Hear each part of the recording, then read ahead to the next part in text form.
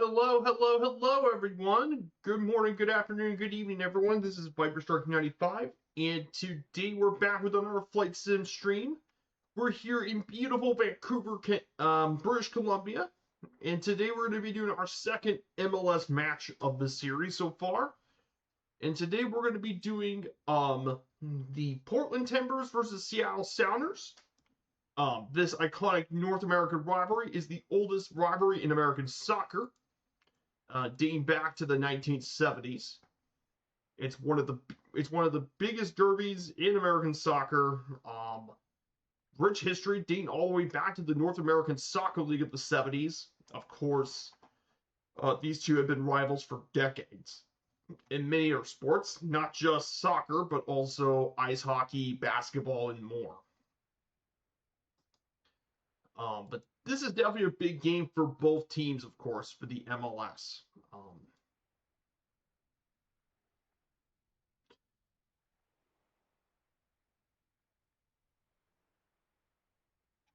So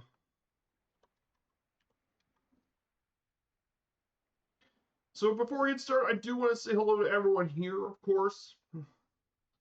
Before we get started, I do want to say hello to every one of you guys here, the mods and lurkers. I hope you're all having a good week. I hope your week's going well.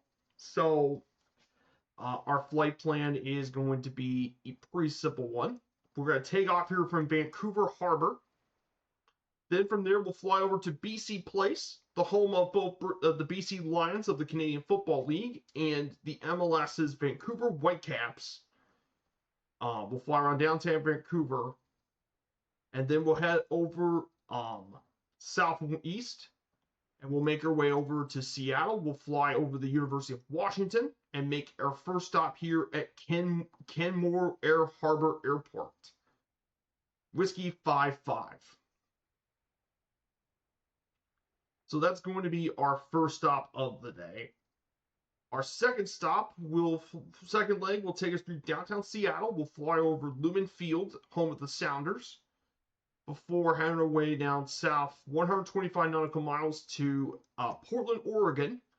And we'll make our way over to the Moda Center, home of the Trailblazers, before making our way to Providence Park, the longtime home of the Portland Timbers, and the NWSL's Portland Thorns.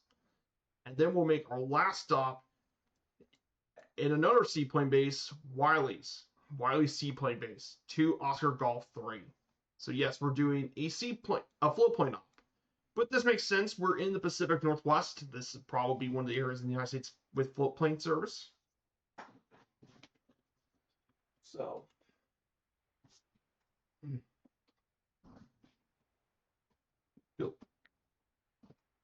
building that. So that is where we're going to be doing today. So we got a pretty fitting plane for this type of flying. The Beaver, obviously, is of course the de Havilland Beaver. This iconic float plane, of course, is the one we're taking for the trip. Is the de Havilland DHC Beaver, which is made by Blackbird Simulations. But I think this is like the perfect aircraft for a flight in this area, of course. So that's what we're taking here today. We got some pretty fun flying, so we're going to go ahead, fill up to max fuel.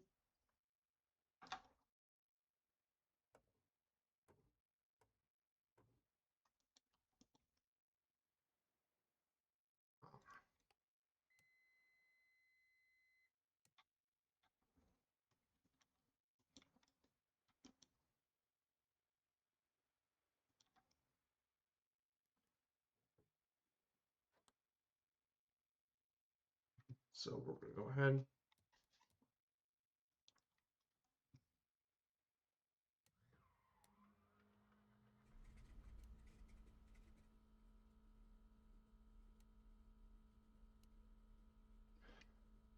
So here we go. And we got our plane started. So we're going to fly 166 degrees. So I'm going to go ahead and set the autopilot up to 166 degree heading.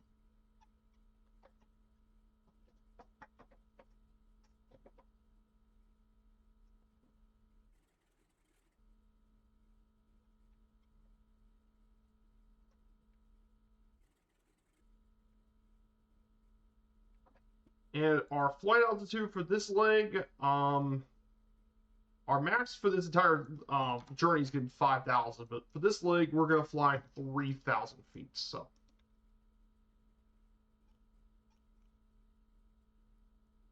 let me go ahead and turn my lane rate monitor on.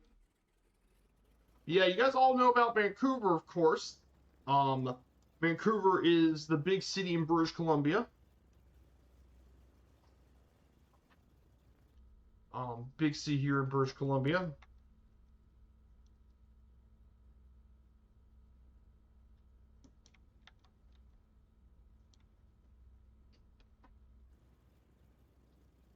So we're going to go ahead and take off here from Vancouver Harbor.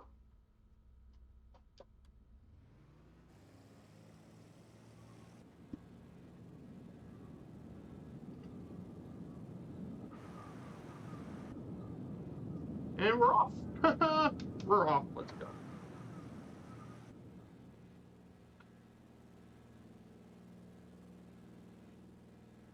Well, let's go look at that. So we're going to fly over downtown Vancouver for a bit. This big city here in British Columbia. Very cool city. Beautiful city here in British Columbia. Never been to there before. I've been to Victoria, but never been down to Vancouver before. So the Whitecaps play at BC Place. Now, for soccer purposes, it hosts 22,000, but for Canadian football, it can host 54,000 people for Canadian Football League matches. So here's downtown Vancouver. We should get over to the BC Place soon.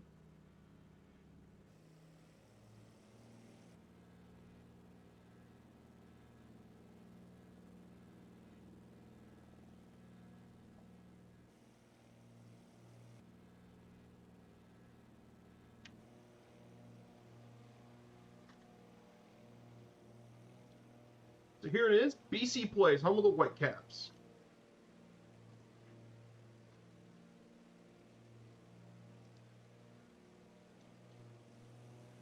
And there's the BC Arena.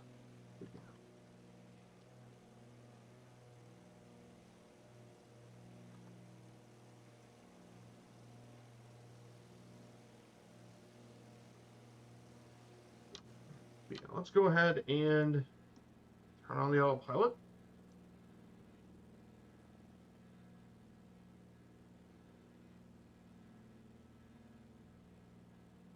Go here, no install.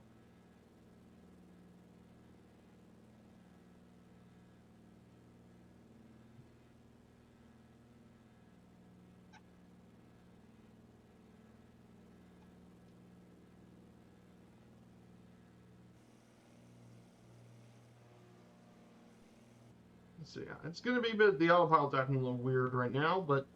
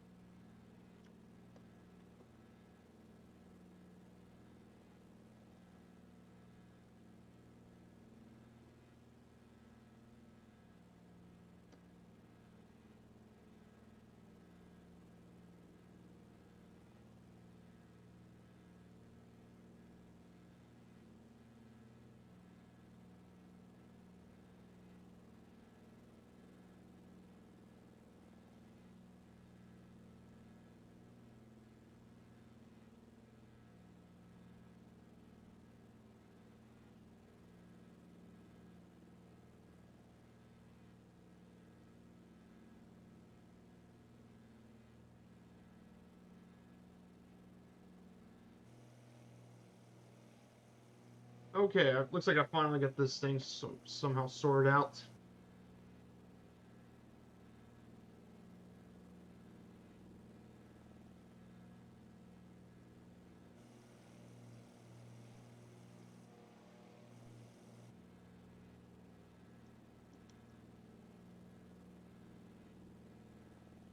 Weird.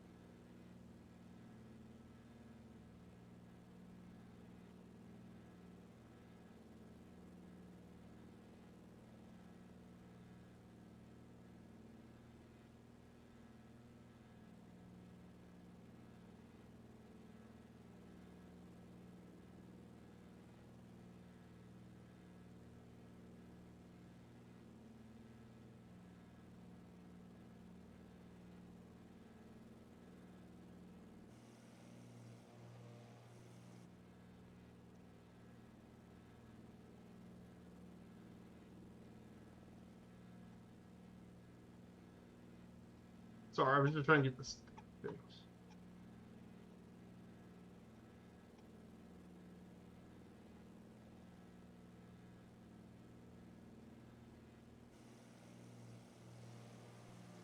Sorry about it. It was just trying to get this thing fixed, apparently. Hey, you gonna see a planet neutral? Just trying to get this thing fixed. Like it's like not going to the heading I would want it to be.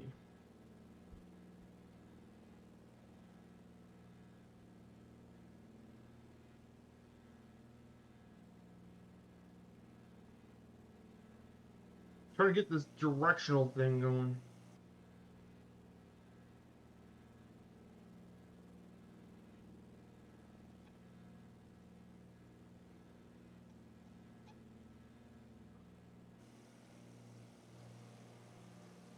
Just trying to get this thing the right heading.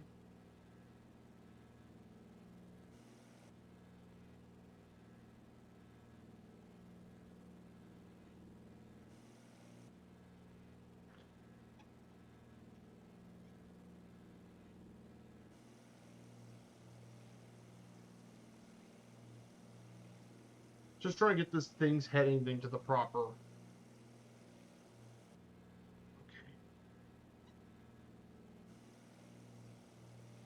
Once I get this thing in the proper heading, it should go everything else. I'm just trying to find the direction.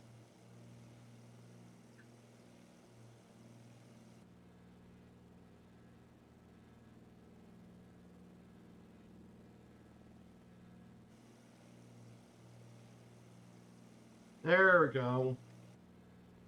Yeah, it had the heading drift and all that. I've had to fix. Go see a planet neutral. I hope you're having a good week, my dude.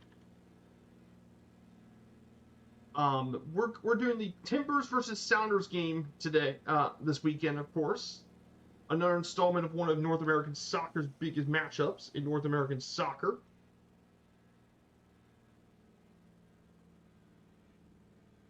So that's what we're going to do here today. So let's talk about the rivalry for a bit. And yes, I did work a bit ahead on these notes. So the Timbers Sounders rivalry is dated back to the 1970s, of course, like I said earlier. As part of the North American Soccer League of the 70s, where both teams were reviving expansion teams. It's carried on the lower leagues before finally being moved to the MLS in 2011, where it's grown down into one of the largest derbies in American soccer. And Portland and Seattle have had many rivalries in other sports, ice hockey and basketball. According to many players, it's one of the only true derbies at present in American soccer, and it's one of the largest and most bitter rivalries in American soccer. And people said that this is probably the top rivalry in all of American soccer.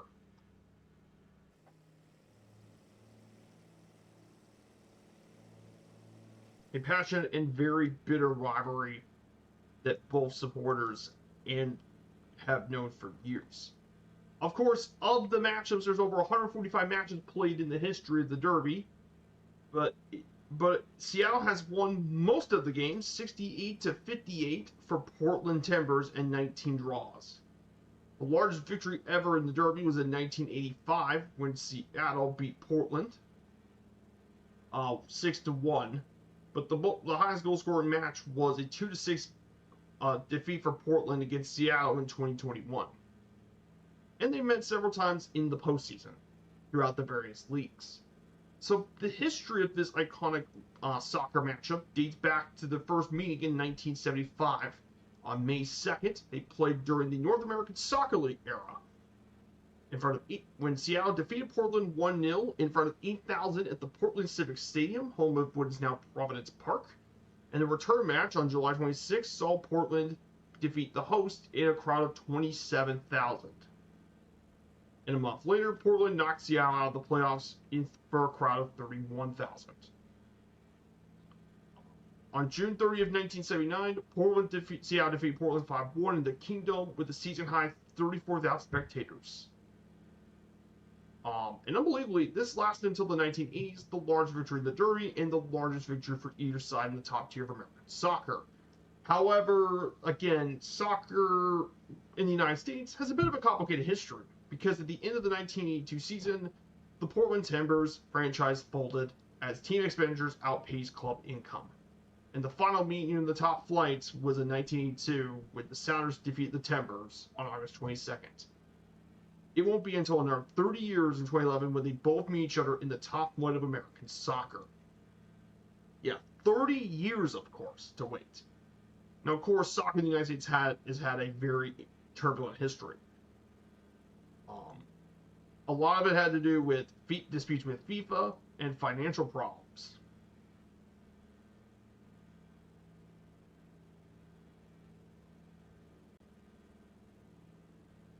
So they played in some of the smaller leagues.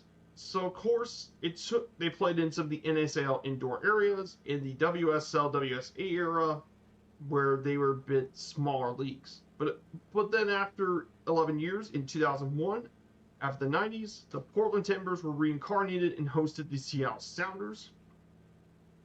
In 2001, where the rivalry began, in front of 12,000 people, where the Timbers walked away with a 2-0 victory.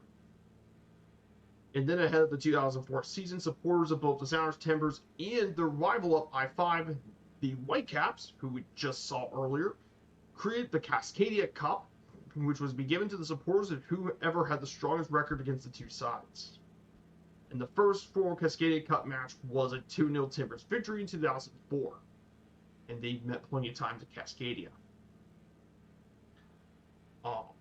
And then, of course, in 2011, the MLS had finally arrived. The Sounders became the first of the two to join the MLS in 2009. But in 2011, in order to stoke the rivalry for the future, the Timbers joined the Sounders in the MLS. And of course, their first ever regular season meeting of around 36,000 at Quest Field between the Timbers and Sounders saw the Seattle Sounders earn 3. It was a big thing as well. Of course, interestingly, in October 7, 2012, Seattle hosted Portland at the Century Field in front of 66,000 people, the second largest standalone crowd in MLS history. The Timbers had their second chance of the year to clinch the first Cascadia Cup, but instead lost 3-0 to the host. From 2015 to 2021, either Portland or Seattle represented the MLS Western Conference in the MLS title game. Seattle won 2 titles in 4 appearances, while Portland won 1 in 3. Including the one in 2020, during the COVID pandemic, of course. In 2021, the Sounders in the Seattle Reign hosted a men's-women's doubleheader from their respective opponents in Portland, and it set a national women's soccer league attendance of followed by the 45,000 for the Sounders 2-0 loss to the Timbers. But yes, very passionate crowds here for this derby, of course. And the last thing, briefly about it, has been the supporters. And it's not just bitter on the pitch, it's quite bitter for the supporter groups. The Timbers are mainly supported by their supporters, the Timbers Army, and the Sounders by the Emerald City supporters. And there's always been a deep resentment towards Europe through the years. With proximity to two cities, traveling fans on both sides witnessed hostile violence within the stadium. And in 2010, there was a rare moment of violence after a preseason Timber win in Seattle. 3 Sounders fans assaulted a Timber fan, choking him, dragging him out with his team's scarf. So there is that too. But yes, the Sounders and Timbers, very bitter rivalry in American soccer. It's had decades of growth. Unlike many other ones in MLS, like the one we covered last week, the Hell's Real Derby, or El Tráfico, this isn't a recent thing. This has been going on for decades in basically the major soccer capital, the most popular soccer region in the States, the Pacific Northwest. So that covers a bit of the history and stuff for this classic rivalry. So guys, I hope you all had a good week of streaming. We'll be our streaming content this week. We have this flight today, and then Sunday is going to be Badlands National Park in South Dakota. So I'm very curious to check out Badlands with you guys. I'm very, very interested in showing it to you guys, of course.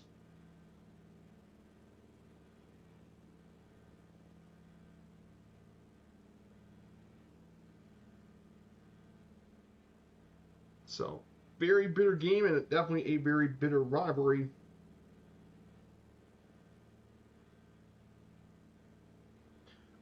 Here in American soccer. So, pretty big matchups, of course. But definitely a very important one for the long term. So, there has been a couple bit of news this week in sports-related news. So, Louisville City won their game on Wednesday. They beat Birmingham Legion 2-0, which I was very happy with. They were struggling over the last couple weekly games, but got 2 big wins thanks to Kevon Lambert. That's pretty big. And Espanyol had their friendly on the same day against Burnley FC. Got a 2-2 draw. The defense, the center back position needs some help badly. Espanyol, that's been a weakness for the team.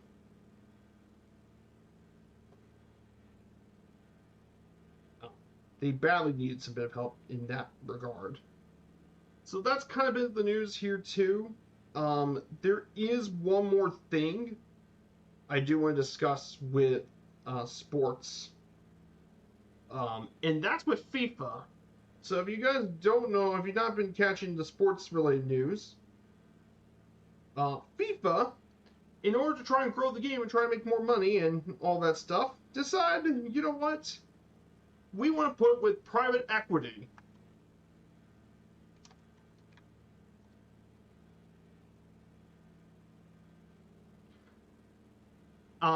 They proposed FIFA Forward Enterprise, which is a $20 billion commercial investment, selling a 20% minority stake to private equity investors. And yeah, let me tell you, that is beyond controversial, in my opinion. That might be the single most brazen thing corrupt FIFA has done. Trust me, FIFA's done a lot of corrupt crap over the years, but this really takes the cake, in my opinion.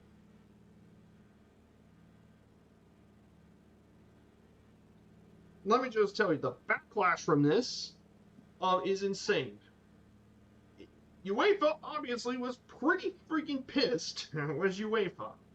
UEFA was so freaking pissed that they didn't just say no. They unanimously boycott all FIFA competitions.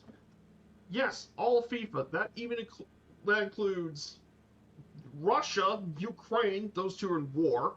Israel is one of those, and Belarus. They managed to have something that all of them agree on. Yeah. And honestly, I don't blame UEFA for this. But unbelievably, and even good news for me, and good news for me, UEFA is not alone. I'm proud that U.S. Soccer, and along with CONCACAF, said no. They rejected the plan as well, which is a big deal considering the United States, where a lot of that money for the private equity, they said no. And Asia stood in solidarity with Europe, so they rejected it too, which means Infantino's plan may not move forward. It might not move forward. FIFA might try to continue it, but they're going to probably say no. That plan's pretty much dead in the water. Yeah. That's corruption for you.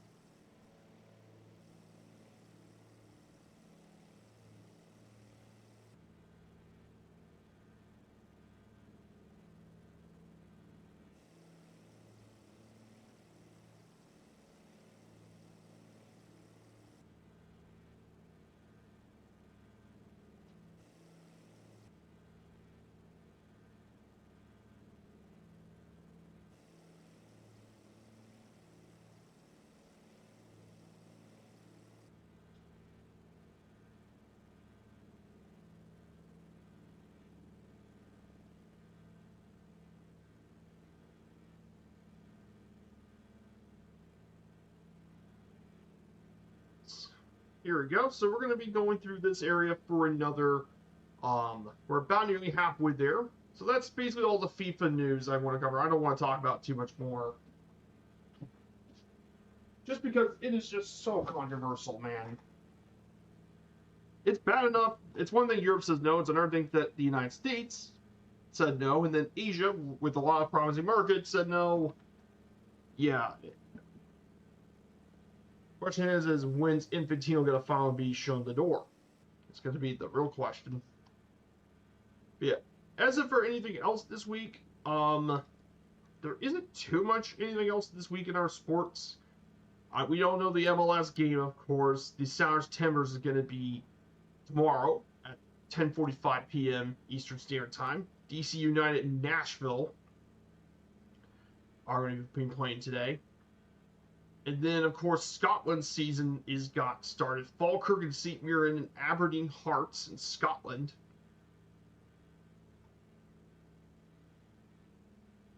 And then Sunday is more Scotland. St. Johnstone, Hibs, and Motherwell in Scotland. American Santos in Mexico.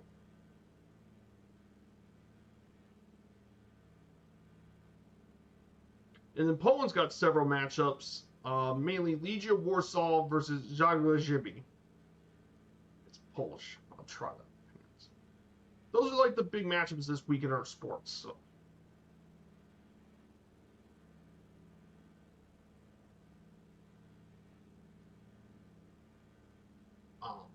So if you guys want to know what next week's Game Day match is going to be, well, the next Game Day match is actually going to be in Japan, actually. It's actually going to be Friday, technically. It would technically already be Friday in Japanese time in Japan. But it's Yokohama versus Kashima, which is going to be, technically the game's already going to be played by that point. But we're still going to be covered anyway. It's the Japanese J League, which is the Japanese league. We'll be covering that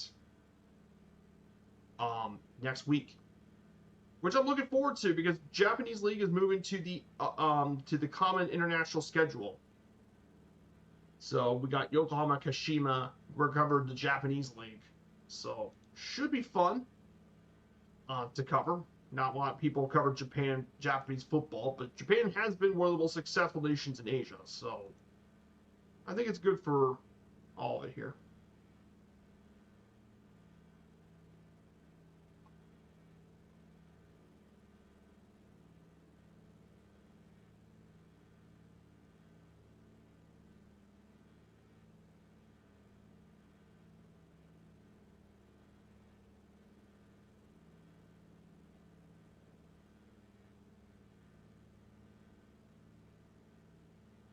So that's what's basically going on here today.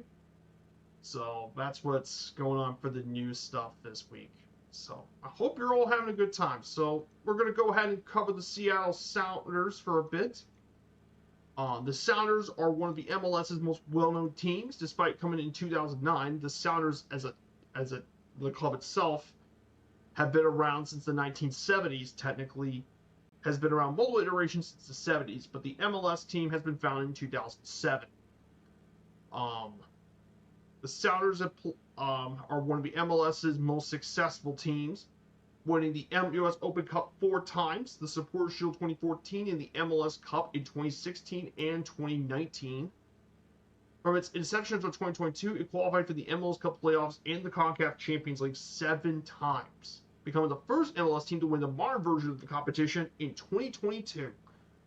And they were the first MLS team to participate in the FIFA Club World Cup, which is basically the club football version of the World Cup. And they played their home matches at Lumen Field, which for most matches was going to be held for 37,000. However, for the Derby, it's going to be 60,000. And of course, along with several organized groups, there's a 53-member marching band that follows the club at each home match.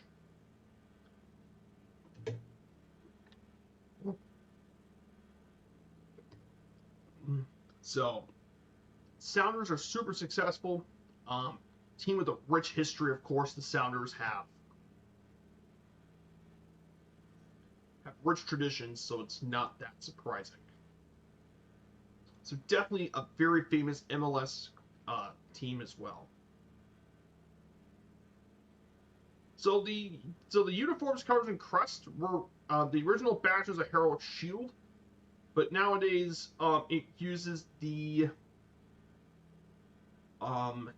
Space Needle. The main logo for the Sounders is the Space Needle, of course. The Sounders have mainly played in a rave green jersey with various colors for their second or third kits.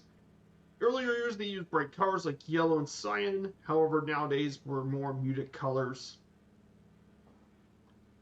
But mainly they were with the rave greens. The original badge design was that of a heroic shield with 2 layers between the ownership of the partners and the fans. The logo incorporates the Space Needle, the internationally recognized Seattle landmark, and the official colors are Sounder Blue, the waters of the Puget Sound, Rave Green, the forests of the Pacific Northwest, and Cascade Shale, which is the Cascade Range to the east of Seattle.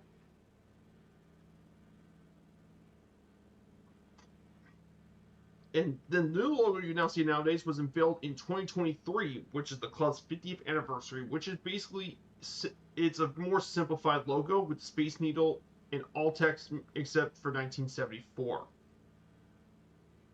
So, pretty cool stuff. And they also introduced other logos, including an Orca kit, which is pretty cool. But yeah, they got some pretty cool kits as well.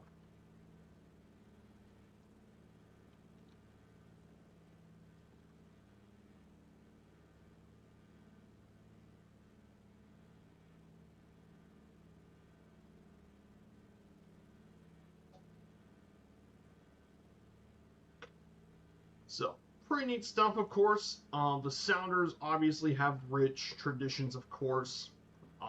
But one thing they play is, of course, Lumen Field, which is the multi-purpose home of the Seattle Sounders, but also the Seattle Seahawks, of course.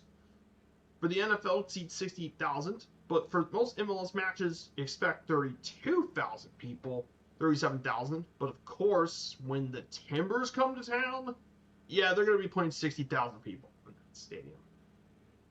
It was actually built between 2000 and 2002 to replace the Kingdome, and it's one of the last stadiums in American football, of course.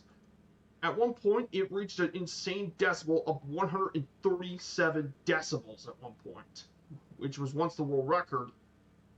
137 decibels, which is seriously loud. In fact, it's because of the unique seating decks and the roof trap and amplify the sound, which is why there's so many false start penalties and delay of games, of course.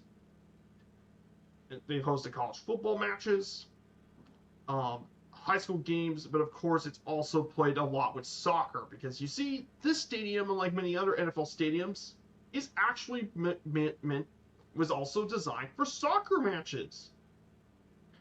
That means this is why this was a very popular stadium for a lot of high profile soccer/football clubs to play here. Manchester United, Barcelona, Real Madrid, Celtic, Chivas, and Club America have all played exhibition games here. And that's why you see lots of CONCACAF Gold Cup games. The U.S. men's national teams played a lot here. And of course, most recently, the 2026 FIFA World Cup have played plenty of games here.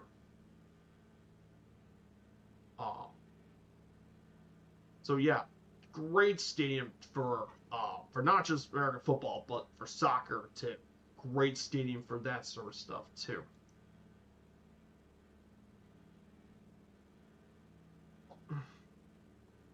Though there has been talks of a smaller soccer-specific stadium that would be there in case the Lumen Field lease has been around, but that won't be until a little while. Now, in terms of supporters, the Sounders have a very rich supporter tradition. It was established at the request of Drew Carey, who is a minority owner, and he is also named its chairman. It is based off the Fan Association of FC Barcelona. Members of the alliance have the ability to vote on the removal of a general manager and other team decisions. Season ticket holders already become automatic members, while non-season ticket owners may buy the alliance with the fee. And membership benefits include voting privileges, invitation to an annual meeting, and other team perks. Carey also requested to have its own marching band, the first of the MLS, called the Soundwave, which produced a lot of brass and marching percussion too. And they even have their own little fight song called Salute to the Olympians. Besides the Alliance, there are other 4 independent supporter groups. You have the Emerald City Supporters, which is the largest and most famous one. You also have the East Side Supporters from the fans of the East Side on Section 150. Guerrilla FC, the anti-fascist supporter group for charitable causes. And the North End Faithful in the North End. So plenty of supporter groups. Very rich traditions, of course.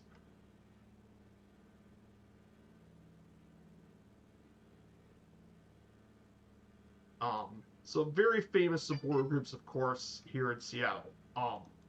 Obviously, in terms of rivalries, we all know Portland. It's been around since the 70s. It was rebuilt for the USL and the MLS and the Cascadia. But there's one other rivalry, and that is the Cascadia Cup with Vancouver. These 3 are pretty bitter rivals and pretty competitive too, of course. And pretty bitter, successful rivalries here in American soccer. But they also have a few other ones. There's the fan created Heritage Cup competition with the San Jose Earthquakes in 2009, as both of these MLS teams carry on the names of their NASL predecessor, and it's mainly with the league results from their 2 matches. So the Heritage Cup is definitely a pretty well-known one, based here on the West Coast. They also have no official rivalry, but they have a pretty intense one with the LA Galaxy, as they met several times in the MLS Cup playoffs as well. So pretty important stuff going on here too. In terms of their honors, there's plenty of them here. The 2 MLS Cups in 2016-2019, the Supporters Shield in 2014, 4 U.S. Open Cups, which is basically the U.S. equivalent of the FA Cup in England, 4 Western Conference playoffs champions, and a Western Conference regular season championship in 2014, and they got 2 international trophies, the CONCACAF Champions League and the Leagues Cup. So very successful MLS side. Despite its relative youngness, it's been one of the MLS's most successful teams. And here's some of their most notable players, and there's plenty of very notable guys. Their all-time leading goal scorer, of course, is Jordan Morris, and he's still playing. He's had 91 total goals in his career, and he's also among the most Cats player, 271 appearances for the Sounders. Then, of course, you have Stefan Frey, who's played more games than any other player with the Sounders, 422 appearances from Switzerland. He also, I think, also has played for the Swiss national team as well. He's part of the was a member of the Swiss U15 team, but hasn't had much of a career internationally, from what I know. Then there's Christian Roldan, another very famous player from here. Christian Roldan is their second most played player. And he's the captain of the Sounders. He's their team captain. Ralph Rudiaz is their second leading all-time goal scorer, hailing from Peru with 86 goals. And then, of course, Clint Dempsey played several years in Seattle, of course. This was where he probably played for much of his career in the MLS. This is where he played for the majority of his MLS time with the Sounders. Super talented guy. I know a lot of people internationally would probably know him from his time at Fulham. One of the greatest American players of all time, Clint Dempsey. Then you got Noho, hailing all the way from Cameroon. And he's the captain of the Cameroon national team currently. Then you have Freddie Montero from Colombia, who now plays for Real Cartagena. Freddie Montero, who's also had a lot of appearances for here. Freddie Montero. Then you got and finally Osvaldo Alonso, who played for the beginning of the Sounders of their MLS, and he's their third leading appearance leader with 339 appearances. So that's the Sounders for you guys. That is your information for the Seattle Sounders.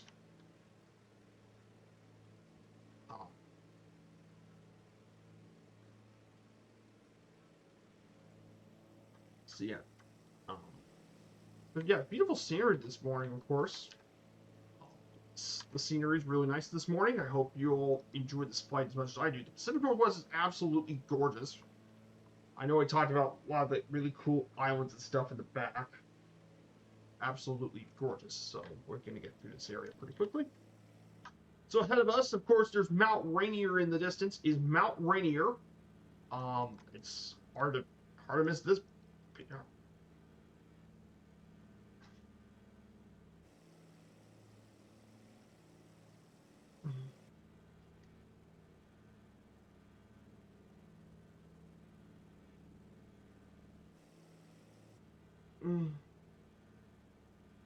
So that's the Seattle Sounders for it. So we'll continue moving forward onto here, of course.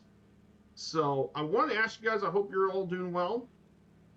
So if you want to know what I've been doing all this time, I've been mainly doing flights in the Fokker 100, so trying to get more used to that plane. Really enjoyable aircraft. I can't wait to do more. I got a achievement to do after the stream, flying in Patagonia, of course.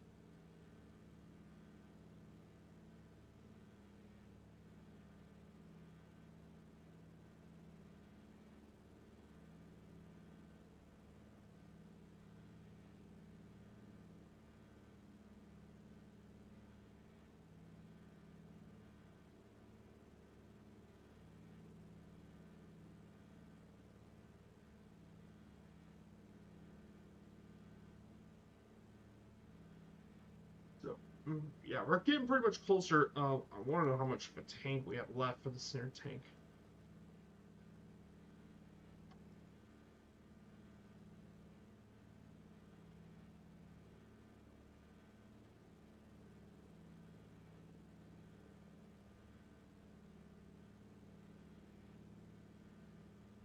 Nine gallons left. I think we can make it down to our first stop. Yeah, the one thing about the Beaver is it doesn't have much of a tank. So.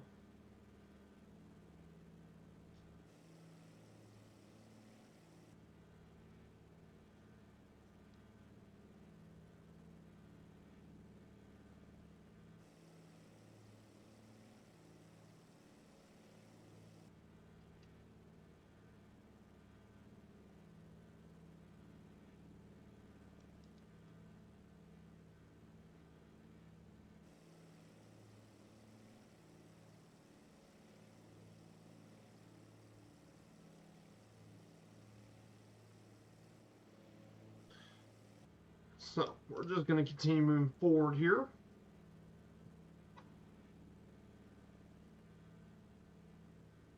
So, we're going to be flying. So, yeah, beautiful islands here. This is the Whidbey Island ahead of us. So, there's the Whidbey Island.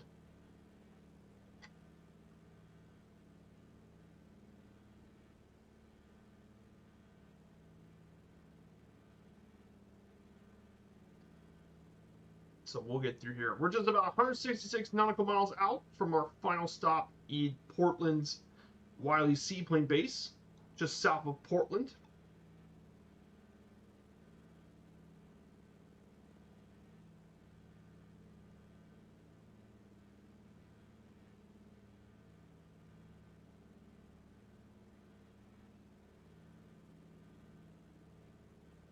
So.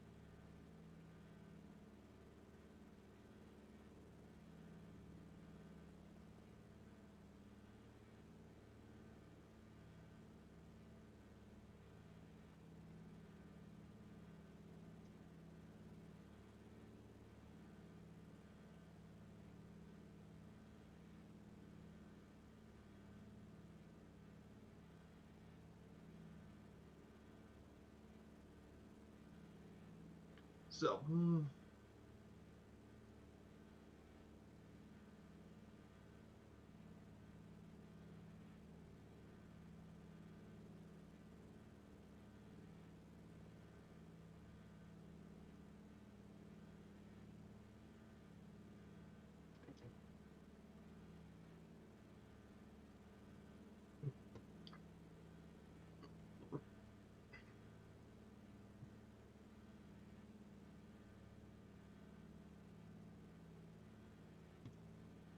So to our left, of course, there's Everett, Washington. This is where Boeing has built its mini big jets, is right in the Everett factory. We're about to enter downtown Seattle. Now, I've been to Seattle more than a few times. Really cool city to visit. If you ever get the chance to visit Seattle, it's a really neat city. Population 784,000. It's the 18th most populous city in the states. While the metro is at a whopping 4.1 million people, which is 15th. This city has grown a lot over the 2010s, over 21%. Has been around since the Native American times, at least 4,000 years before the first European settlers who came during around the 19th century. The first major industry was originally logging. However, nowadays it's been much more diverse, especially software, biotech, and of course, a lot of it during much of the 20th century, aircraft manufacturing was the big deal here in the city of Seattle. Seattle is also one of the most LGBT cities in the country. Over 4% of the people in Seattle are LGBT, which is the 5th highest percentage of any U.S. metro area.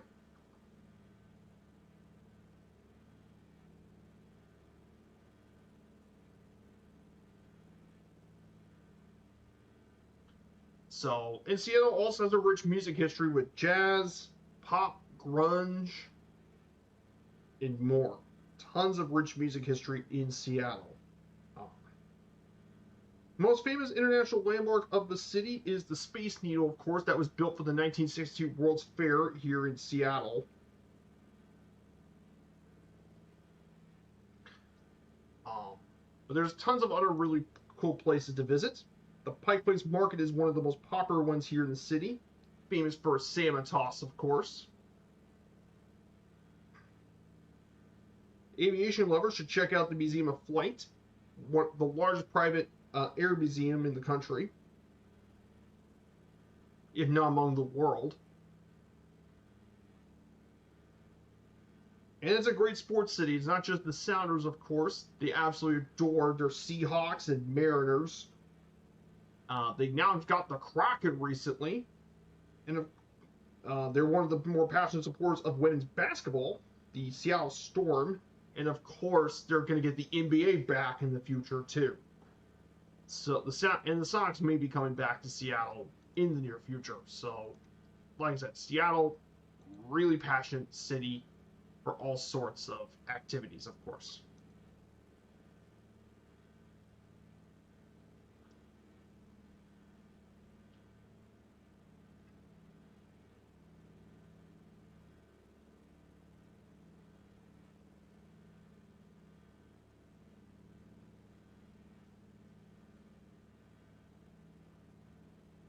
Hmm.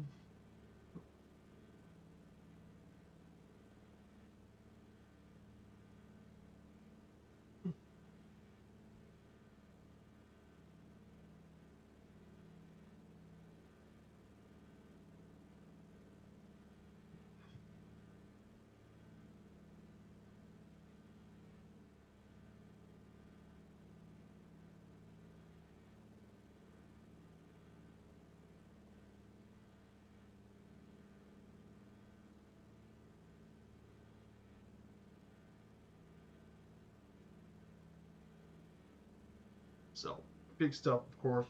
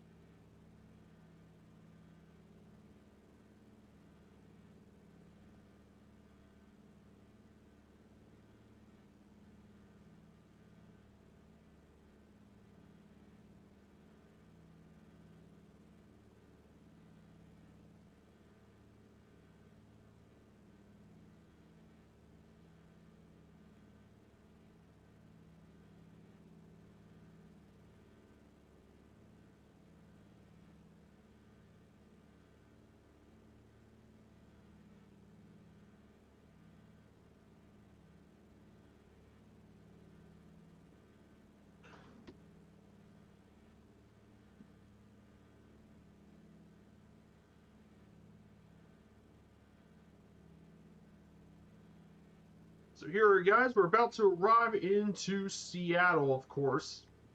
Beautiful city.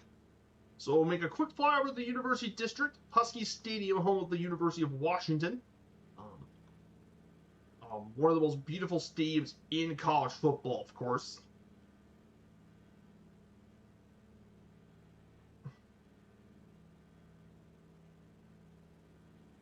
Which actually is the largest stadium in around the city. Around 70,000 people come watch the Huskies, of course. Um,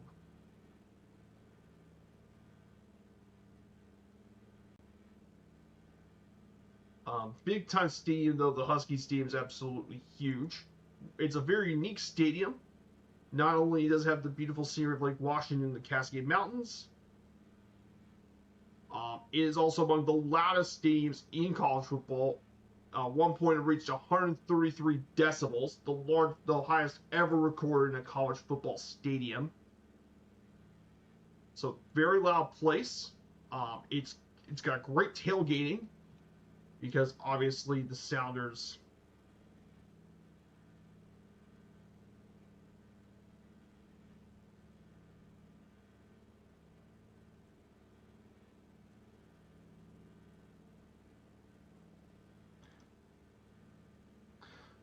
It's one of the very few stadiums that can actually be traveled through boat. And there's only three other stadiums that can do that. Neyland Stadium at the University of Tennessee, Pittsburgh's Heinz Field, and McLean Stadium at Baylor are the only other stadiums that could go through sailgating. So you can actually tailgate via boat. Pretty cool stadium, though. It's been the home of University of Washington since 1920.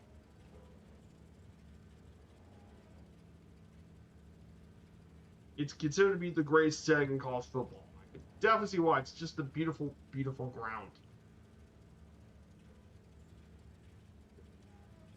Incredible stadium to play. It would be something we'd go to if we had Washington and Oregon, but it's not going to be one of our college football matchups in this thing. I've already picked, I think, 2 of them for this week. I think I picked 2 of them for this series. Alabama, Tennessee is one of them. Alabama, Tennessee, and Texas and LSU are going to be the only 2 college football ones we're going to be doing.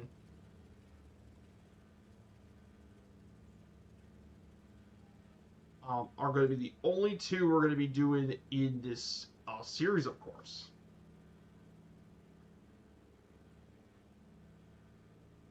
And that's because they're the only ones I thought that were worth picking, because there weren't really any good soccer matches this week outside of the top flight divisions. So there wasn't any interesting derbies or rivalries there. So I went with Alabama and LSU. I thought it made the most sense.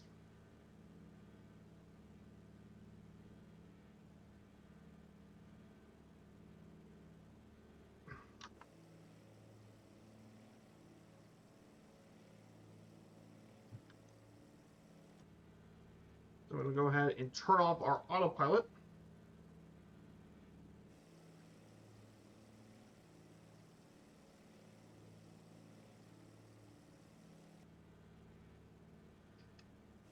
So we're very soon about to make our landing here. So here it is, guys.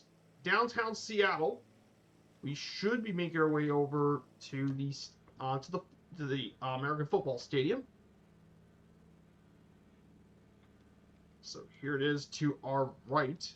So this is Husky Stadium, home of the Huskies, of course. They were famous for winning a national title back in 1990. Been one of the program's only national championships, by the way. Beautiful stadium, though. Really great setting to watch a game, of course. So we're going to land here at Kenmore Harbor. So we're going to go ahead and make our seaplane arrival.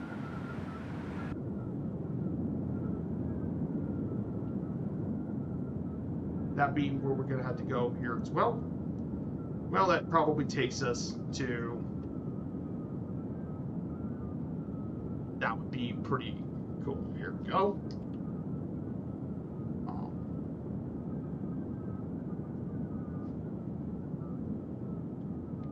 well, W55, which is going to be 16 west, I believe.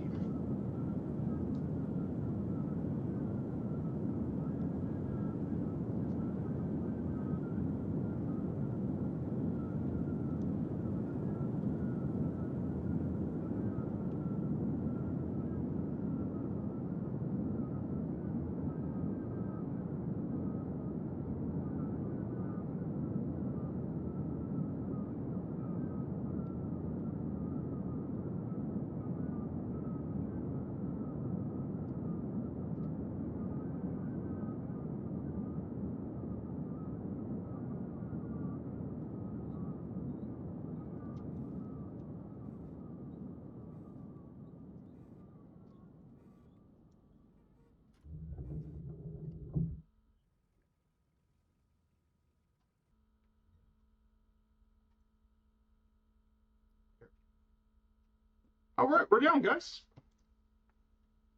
We've made it. Welcome to Kenmore Air Harbor here in Seattle. Oh, that's an awesome screenshot right there, guys. See, look at that screenshot. Downtown Seattle, right in front of us, is downtown. Now that's a really cool floatplane.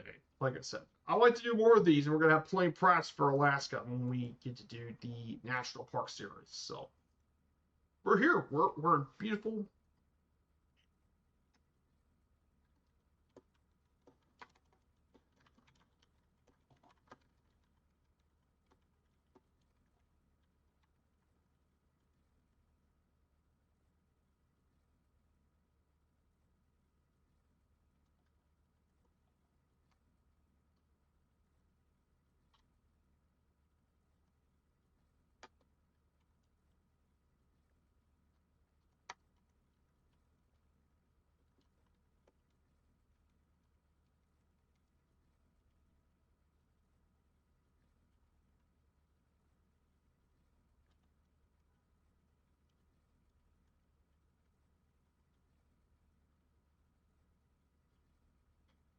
So beautiful stuff here.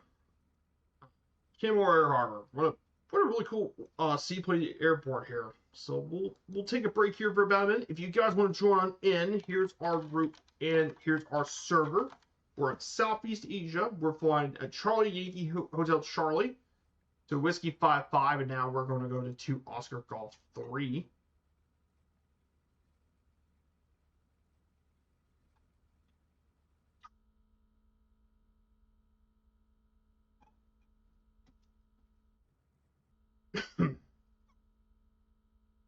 So we're going to go ahead and get ready for the next leg. So we're going to go ahead and get ready for leg number 2. So we're going to go ahead and go here. Our max altitude is going to be 5,000 feet for this one.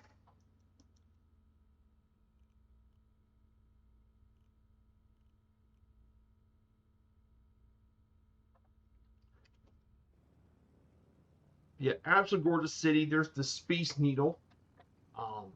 What a view of downtown Seattle. So we're going to go here and slowly park. We're going to slowly just...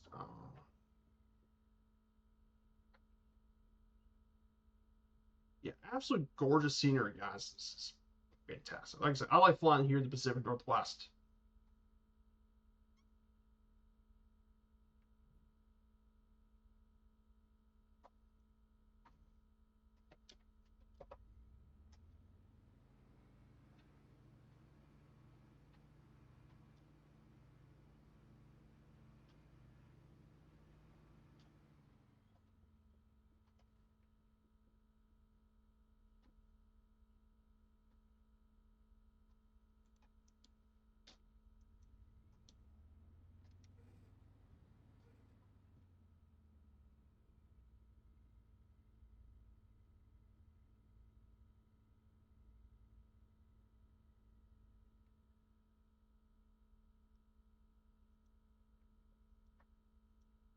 All right, time to put the rudders up.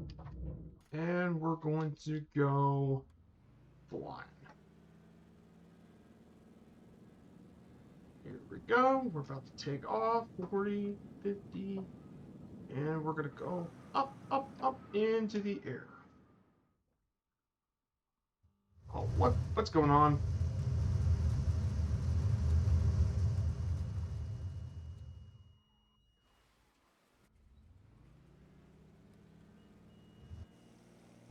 Oh, the tank ran out of fuel.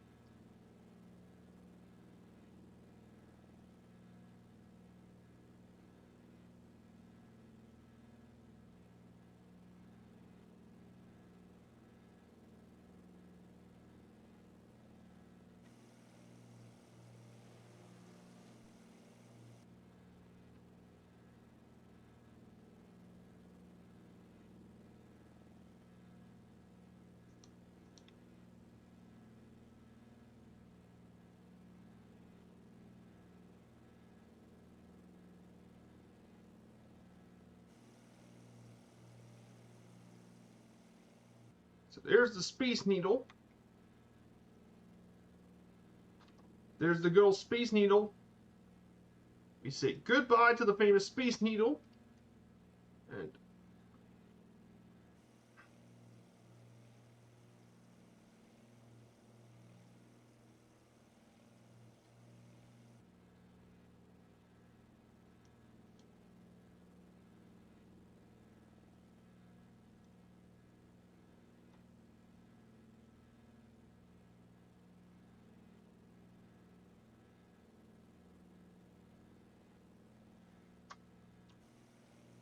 so there's downtown Seattle.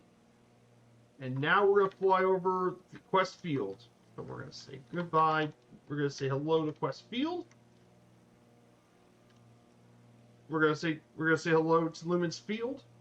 And we also have the TNT Mobile Park here for the Mariners. So we're going to have pictures of both stadiums here. We're going to go ahead and change our direction to 100.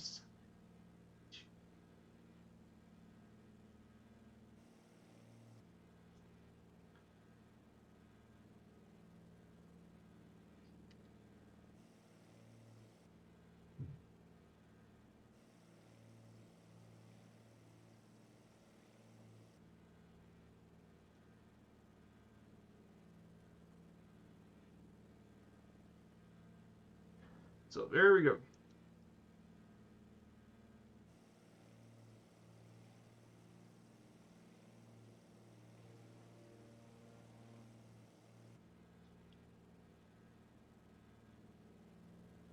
So beautiful stadium and stuff. To our left here, this is Boeing Field. This is used to be the main airport of Seattle, but it's now since been used by Boeing. A lot of Boeing delivery stuff is from here. Also around here, of course, is where you can find the Museum of Flight, which is the main aviation museum here in Seattle. Very famous museum. It's one of the best aviation museums in the entire country. It's like one of the very best aviation meccas of aviation anywhere.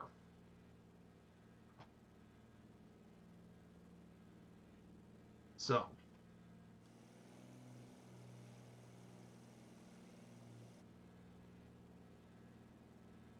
really great place to visit, of course. And of course, this big airport here, Seattle Tacoma International, the big international airport here in Seattle. And probably the biggest airport in the Pacific Northwest. So there is Seattle Tacoma here out in the distance. So.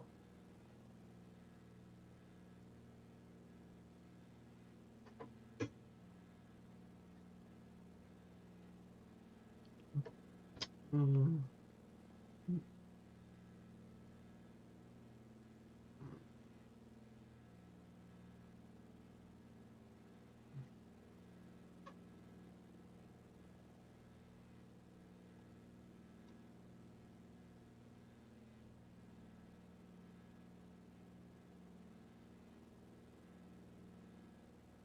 So once we get to 5,000 feet, we'll talk about the Timbers for a bit. We'll talk about Seattle's big rival, Portland.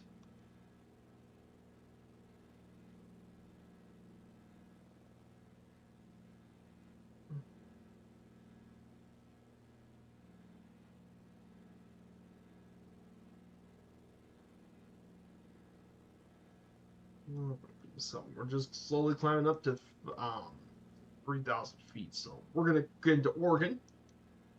To our left, there's big old Mount Rainier. In the background, we can see St. Helens. And I think over in that area is Mount Adams. So we might be able to see all three peaks here today. So, really cool stuff here, guys. In terms of other sports, for baseball at least, for Major League Baseball, the Reds aren't doing so hot right now. They're still last in the Central. They've been very inconsistent. Disappointing year for the Reds, of course. It's been disappointment.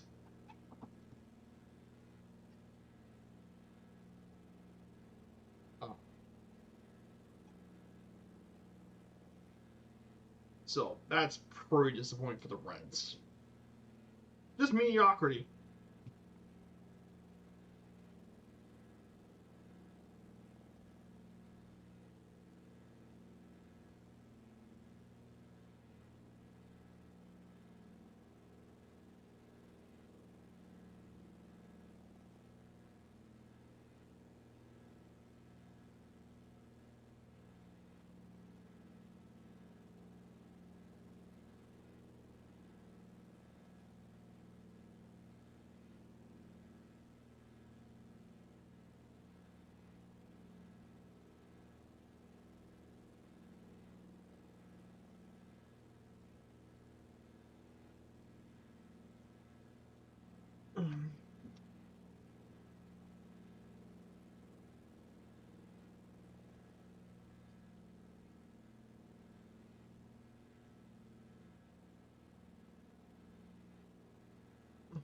So we're going to go ahead and move on forward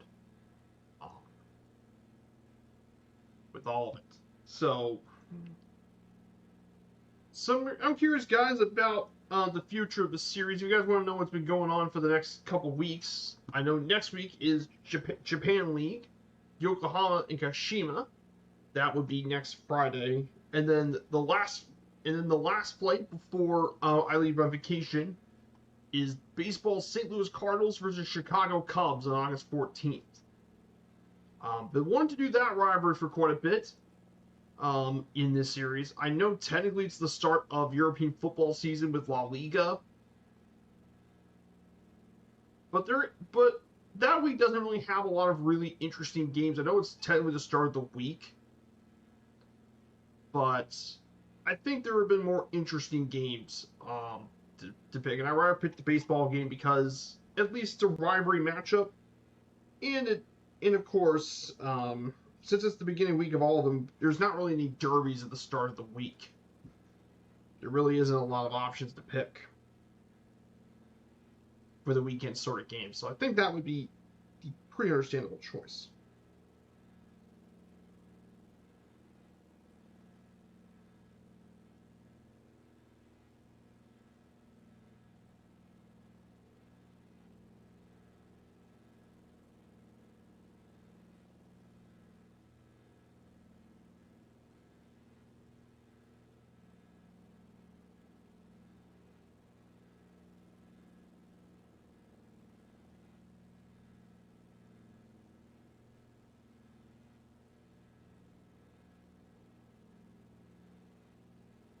Yeah, a lot of stuff going on for the next 2 weeks, of course, of the streaming stuff for this channel.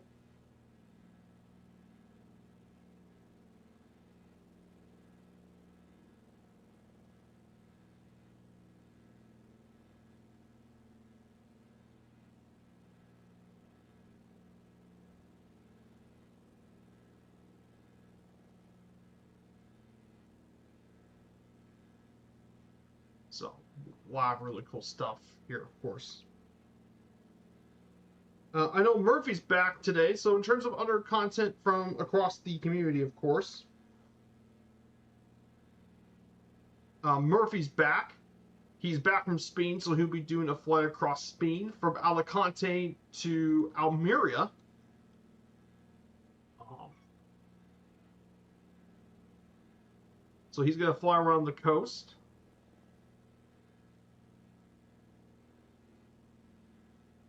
So that should be fun. Spain is absolutely a gorgeous place to fly in the sim.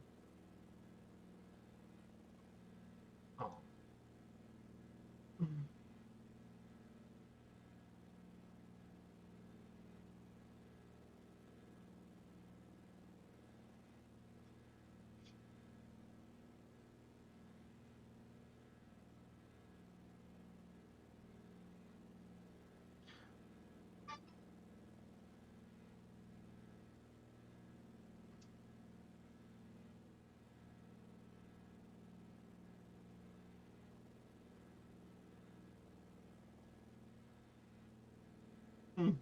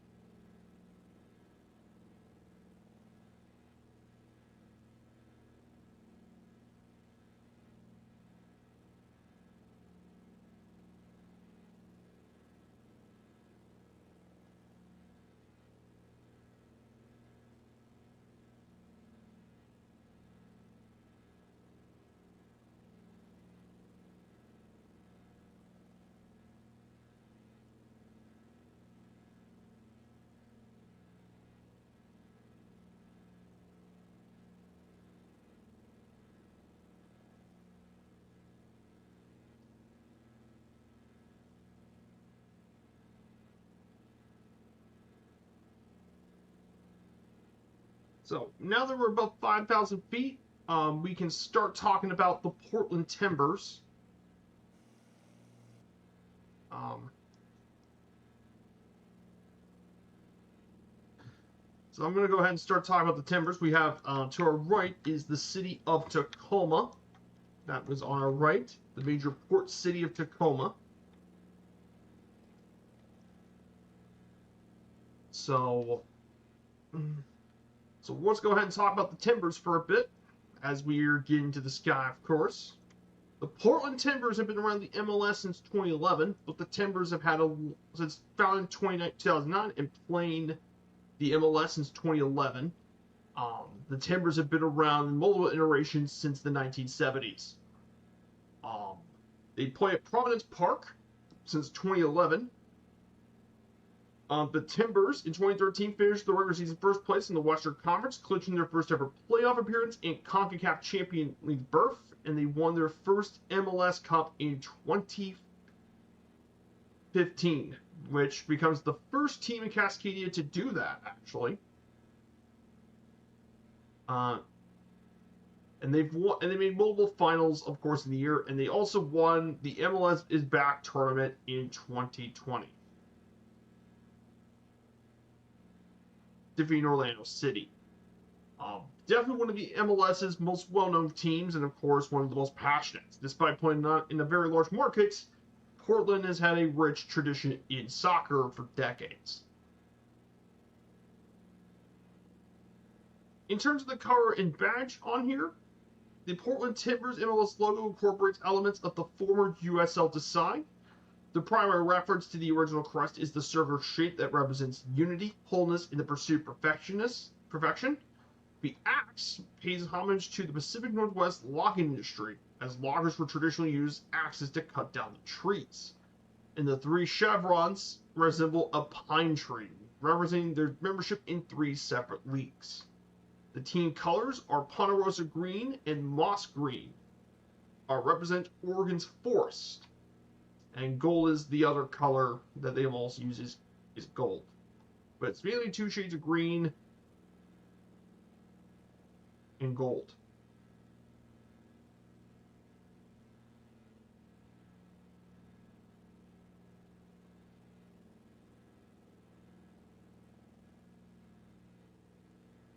So pretty cool stuff.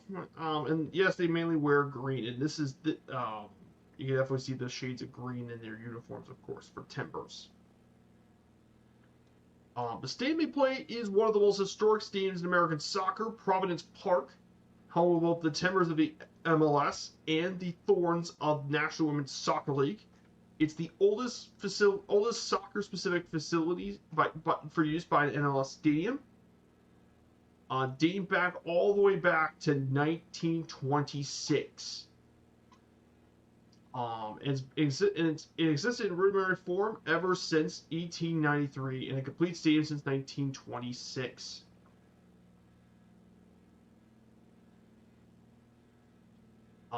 It's been home of the Timbers since 1975, and it's been through for all of its incarnation. It's hosted many other matches: U.S. national team, the 1999 and 2003 FIFA Women's World Cup, 2023 CONCACAF Gold Cup, the MLS All-Star Game in 2014, and the MLS Cup 2021. It's also played in other sports too, not just soccer. Most well known being, of course, baseball, with the Portland Beavers were the most famous minor league baseball team, and even some college football teams have even played here. Most notably, Oregon State and Portland State have played at the stadium for several years. So yeah, very well known stadium, seats 25,000 people.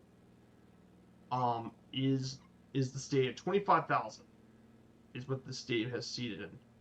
And until 2023, the Timbers have sold out every game in Providence Park since moving to the MLS. So yeah, very unique stadium, one of the most historic stadiums for American soccer. Very proud being that, of course. And yes, the key to why the Timbers have such great support, their supporters. After all, they sold out every game from the tradition in the MLS, up to a record 163 games. And the Timbers capped their ticket sales at 15,300 people, and at one point had a wait list of 10,000 people, larger than almost every college football team in the country, which is actually insane to think about it. Mind you, it's soccer, not American football. And the main supporters group are known as the Timbers Army for their loud, enthusiastic support of their raucous atmosphere they create Timber games and their leftist political positions, and it's referred to by American media as some of the very best supporting groups in the United States. And they were founded back in 2001. Interestingly, of course, they once challenged the MLS front office. In 2019, they made national news when they challenged the MLS front office over the use of the Iron Front symbol, flown by Timber supporters, as the MLS banned this symbol along with other far-right regalia and a ban of political signage. And eventually, after much years, the league backed off and reversed the policy to prohibit the Iron Front, which is very rare in American sports, and one of the first in the MLS that a supporter had taken on the league with an organized response and forced a change in policy, which is previously something you never expected, of course.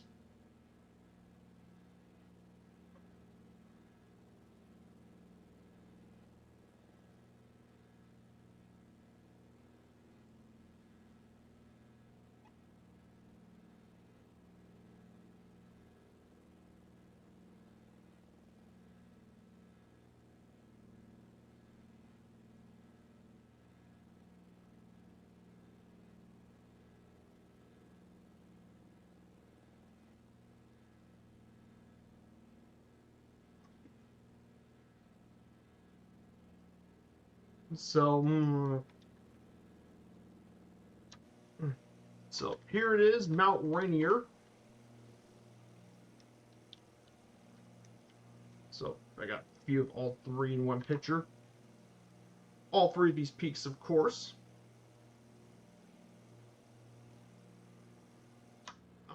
So we're going to head down over to Seattle, of course. So the Timber support is very passionate. In terms of rivalries, of course, the Sounders the Sounders are their number one rival, but they also have a rivalry um, with the Whitecaps, which is considerably friendlier than uh, than the Seattle rivalry.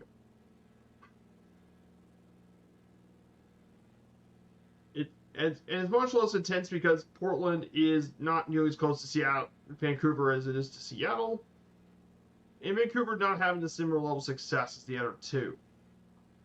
In terms of other rivalries, they have a hatred of Los Angeles teams, LAFC and Galaxy, because of course in other sports are mainly their big one. They don't like Seattle, Los Angeles. It's been in pretty much other sports.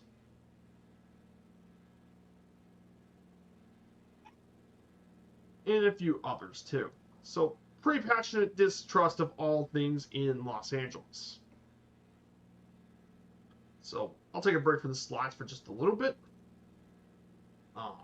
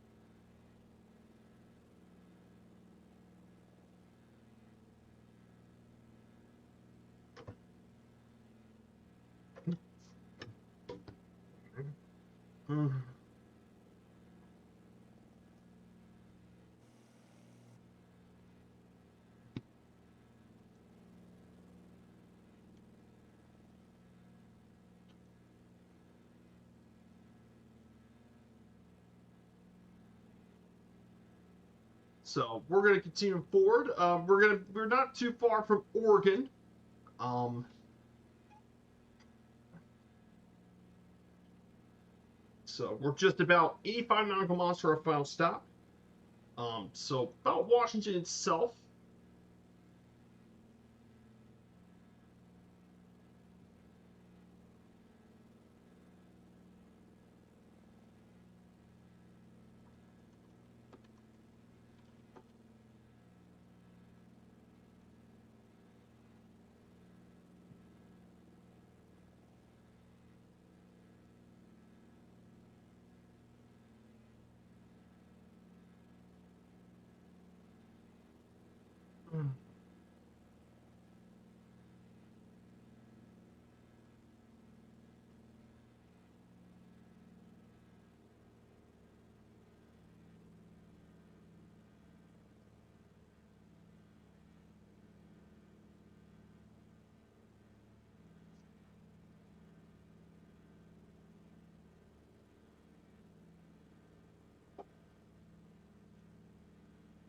Hey, good to see you, Red Baron. I hope you're doing well, my dude.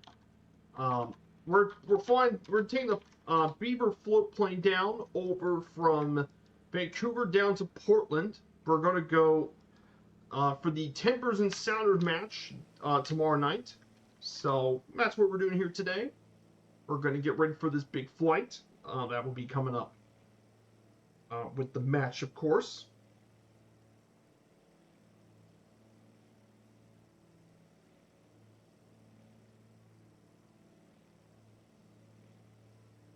So that's going to be a pretty big thing, of course, this week. So I hope you're doing well. I hope you've had a good week, Red Baron. So, but like I said, we're just chilling and just enjoying our time here. Love enjoying the flying the float planes. Like they're a bunch of fun to fly when you get the hang of them, of course.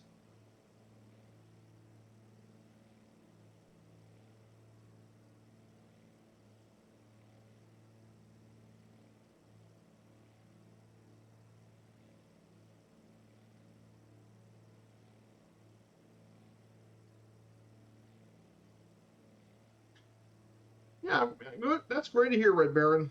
Um, so like I said, definitely enjoying this stuff. I know UofL football should get started soon. I know Louisville football is going to be started until September. Got Ole Miss on the schedule first for Louisville football. Oh yeah, the Taylorcraft. I know about that. How is it? I know that's one of the Gottfriend's last major project for 2020 was the Taylorcraft. How is that plane? Because I've got a few of their planes. I haven't installed them yet on 2024 just yet. I haven't gotten any of their planes brought into 2024. I probably should take a look at it.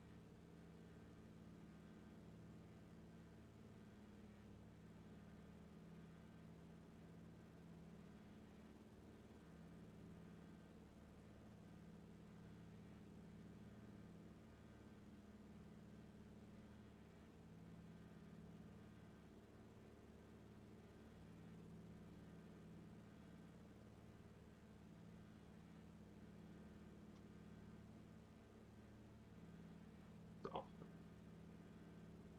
yeah, highly recommend it when it comes out. Okay, that's cool, Red Baron. Thank you for letting me know about it. Oh, that's great to hear. I'm very excited for that. Like I said, the more bush planes, the better, and I like that sort of stuff. It's just I don't have too much money right now to get it. Obviously, I spent quite a bit of it on the Fokker, just by Fokkers, of course, because I wanted a regional jet. I haven't had one of those yet, so I'm saving a bit of my money for that sort of stuff.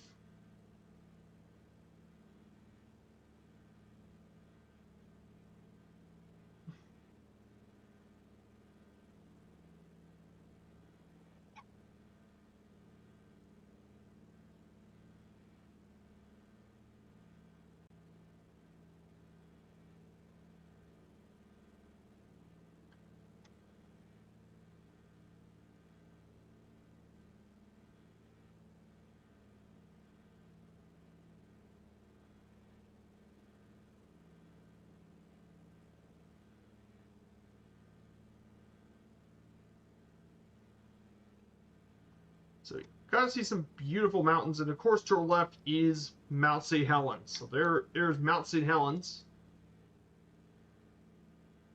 to our left, and there's Mount Adams. So these two, now everyone should probably know about Mount St. Helens, the infamous volcano eruption in 1980.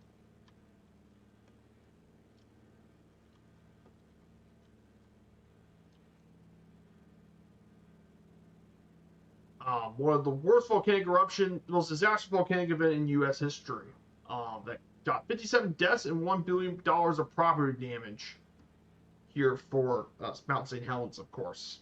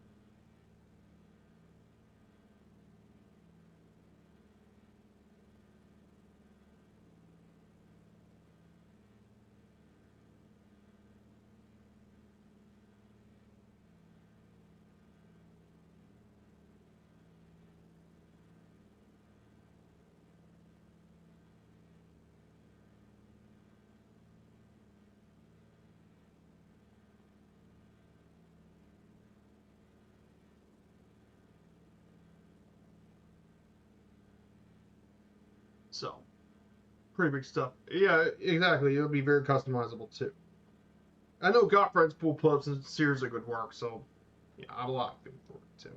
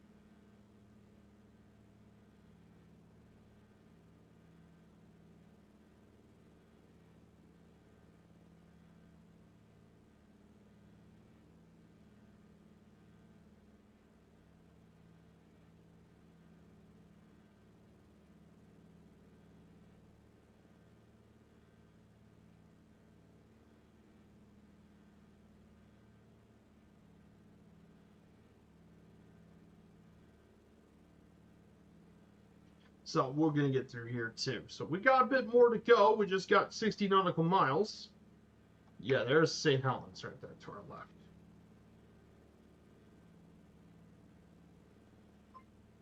Hey, we got Ray Woolies. Hello, my dude. I hope you're doing well. We're here in the Pacific Northwest here today. We're flying to Portland, Oregon for a game day flight with the Portland Timbers and Seattle Sounders, North America's true derby here in the United States. I hope you had an amazing stream, Woolies. Good to see JB sign ups. Good morning to you, my dude. I hope you're having a great morning. Um,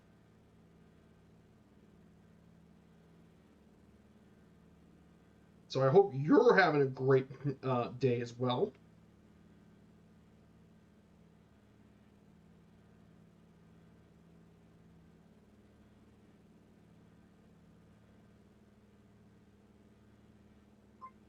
Hey, we got Fall JP Simon. Good to see you, Woolies. I hope you're having a good day. I wonder what you did today for your flight sim journey, Woolies. I know you got some really big stuff. I hope you all had a great trip. Ah, the Commander 114. That's right. That's one of the new GA aircraft that came with the sim from Black Square.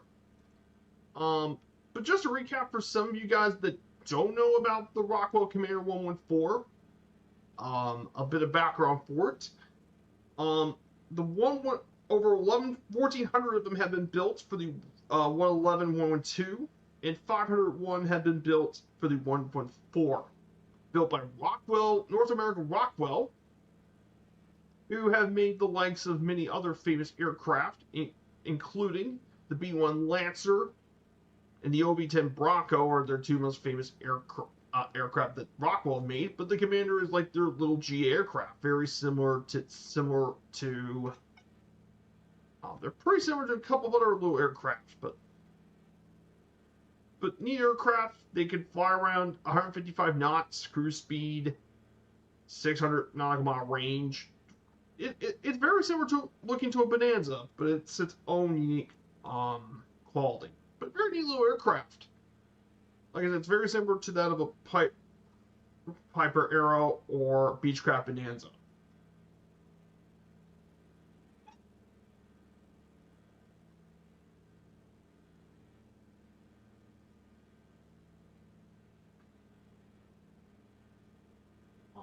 Very neat aircraft. I'm glad you enjoyed that one trip. Hey, Ian Fisher, good to see you. Let me give a shout out for Woolies. Here's Woolies' channel. Thank you so much, my dude, for the raid once again. And Ian Fisher, good to have you here too.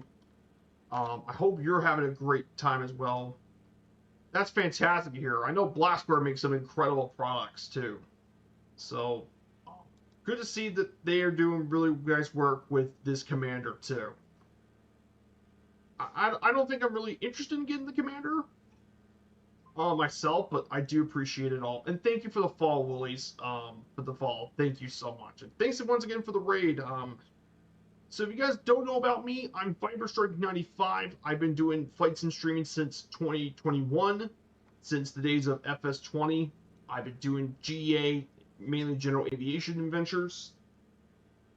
I've done plenty of our flights, a DC-3 around the world trip.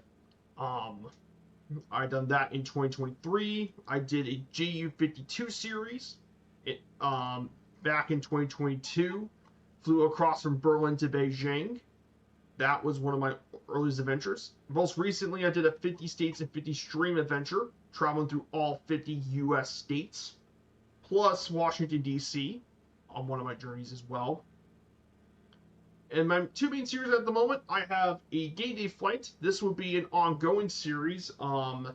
This is basically going to be my sports series every week. I've wanted to do a sports related stuff, and this basically is going to be that for the time being. It's going to be like my continued series. But of course, Sundays is going to be where the adventures are, and that's mainly going to be the National Park Series, and that's going to be my next new big flight sim series plan, the National Parks, and we're doing all 63 national parks, but we're also going to be redoing a few of them in a Redux stream in a revisiting part for some of the parks that were affected by the National Park update, because I started my series prior to the National Park update that happened on July 4th. So we'll be revisiting a few of them. We already visited over half of the national parks so far. This Sunday is going to be Badlands National Park in South Dakota. So if you guys are interested in learning more about America's national parks, then Sunday is going to be for you, of course.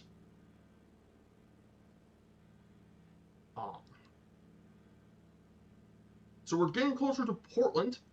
So I'm gonna finish my slides here for today, for the last two. So here's the Portland Timbers Club honors of the Portland Timbers.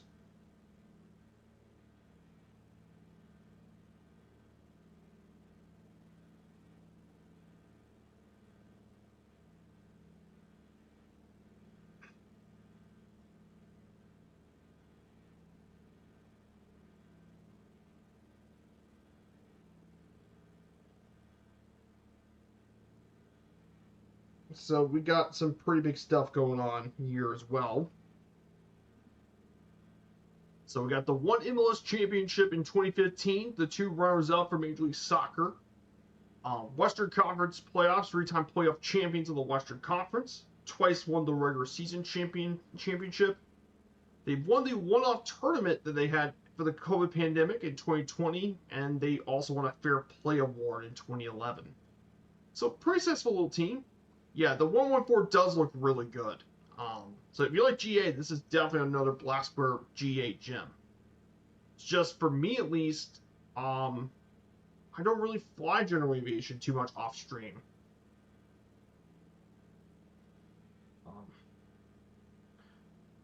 And finally, let's talk about some of the most notable players pretty quickly. So the Timbers, some of the most notable players include, of course, their all-time player leader, Colombia's Diego Chara, who's played in 420 appearances since the franchise club's return in 2011. He's their all-time leading players. Then you have Diego Valeri, who's their all-time leading goal scorer with 100 total goals. And he's also second in total appearances with 302. Then you have Fernando Aldi, who is another very well-known player for the team.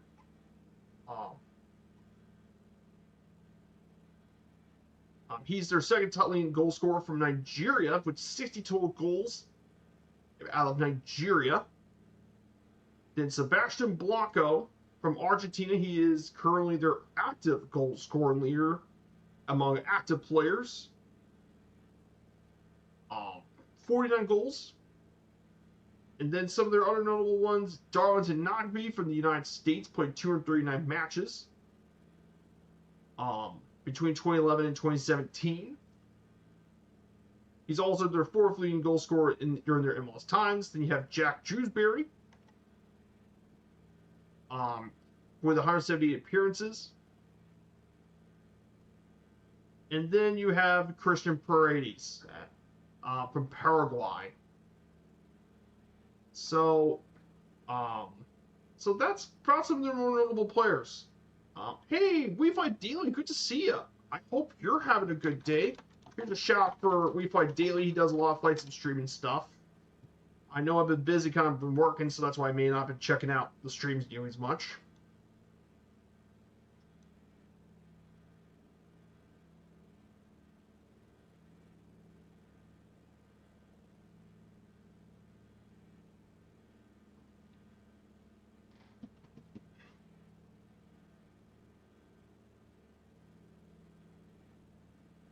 So we're getting into Portland. Now, if you guys want, I'm going to fly a bit lower to 1,500 feet. So we're going to go ahead and plan that one.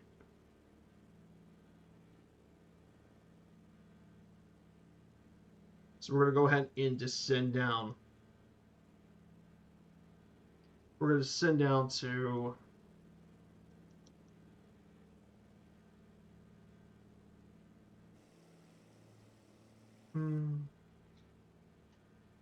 So we're going to send down to 1,500. So Portland, Oregon, if you guys aren't aware about the largest city in Oregon, it's the U.S.'s 20th most populous city, around 652,000. Its metro is 2.5 million, which is around almost half of its total population of Oregon.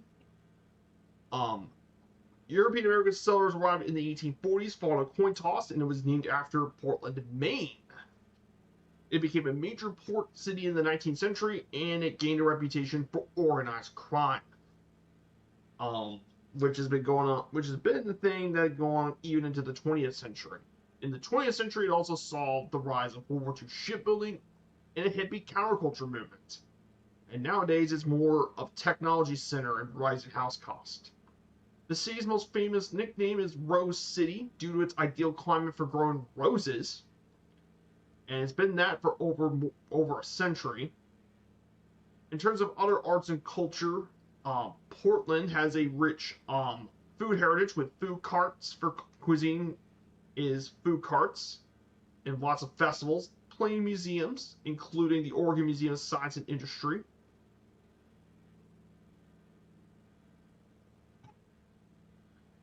And of course, Portland, Oregon is very well known for its strong free speech protections.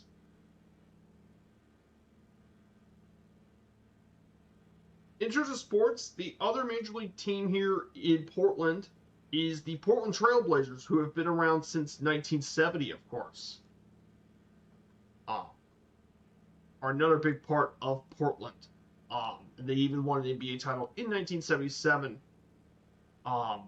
Nowadays, there might be potential rumors that the Trailblazers might be moving out of Portland. I hope that doesn't happen for the people of Portland. No worries, We Fight Daily. I get it. Work is definitely something that's definitely been affecting people too. I'm going to go ahead and start switching tanks to the right tank. Gotta switch tank before I go empty. The rear tank.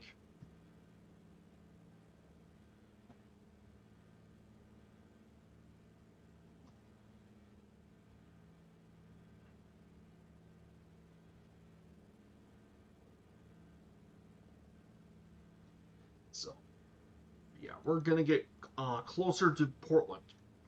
Now, of course, there's also a Vancouver, Washington nearby.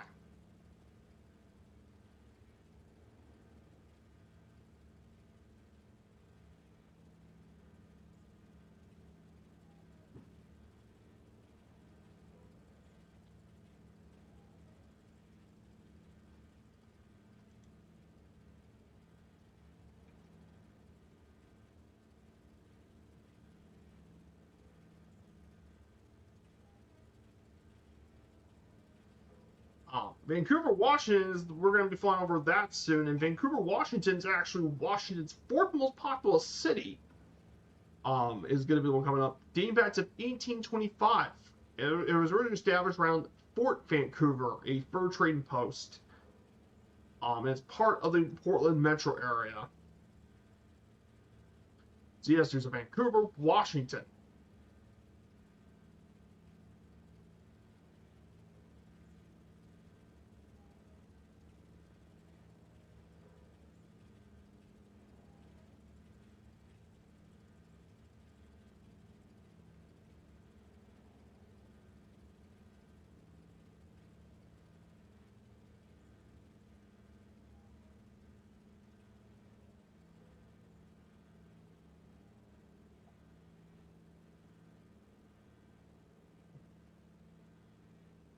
So really cool stuff going on.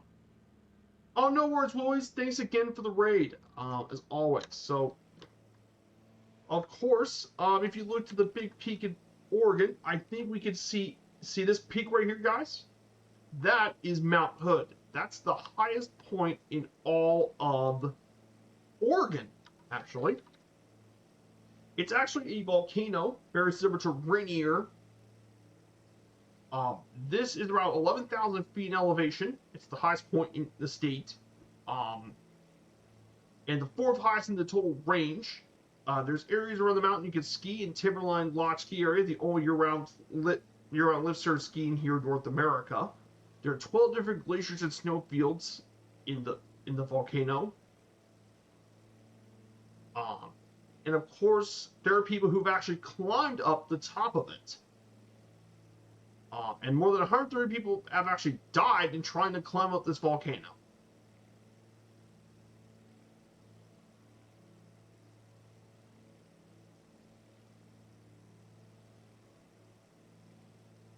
So.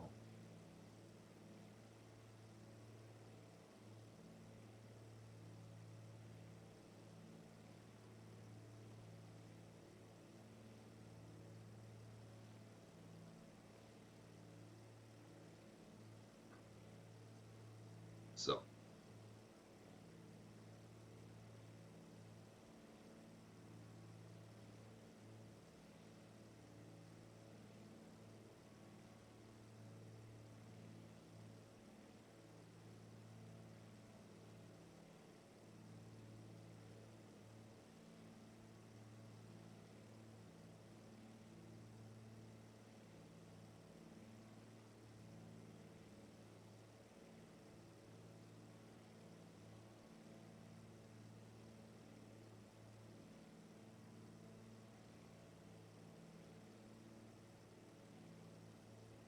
So, here you guys, Portland's coming up right now. Hey, good to see you, JP. This is the de Havilland DHC-2 Beaver floatplane. It's actually in the sim. It's actually in the base sim, I believe. Yeah, it's in the base sim. And you can get it in the de Havilland DH2 Beaver. It comes with the sim itself. No, it's not a paid add-on. It comes with the sim. So.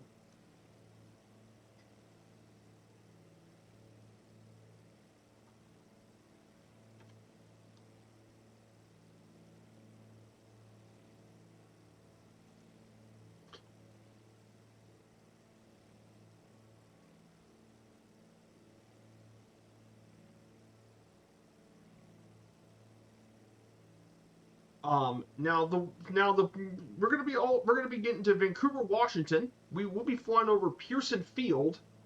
From my research, Pearson Airfield is the oldest continuously operating airfield in the Pacific Northwest, and one of the two oldest operating airfields here in the United States. It has been around since 1905. This was where Lincoln Beachley powered his airship from the grounds of the 1905 Lewis and Clark Centennial Exposition on the shores of Guild Lakes, approximately 8 miles. And it was the first time an airship was used to deliver a letter. But they've done a lot of other events. The first round-the-world flight, Pearson Field was a stopover for the first around-the-world flight of the Army's first around-the-world flight back in 1924. And it's been around for over 100 years. So, very old airfield. Very rich history here, too.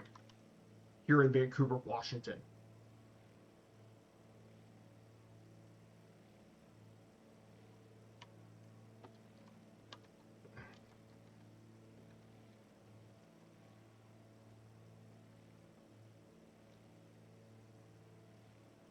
Oh yeah, the other one is College Park Airport. College Park Airport is the other oldest one in the United States. And then the oldest commercial airport is actually here in Louisville. Bowman Field is actually the oldest commercial operating airport here in the United States. Is Bowman.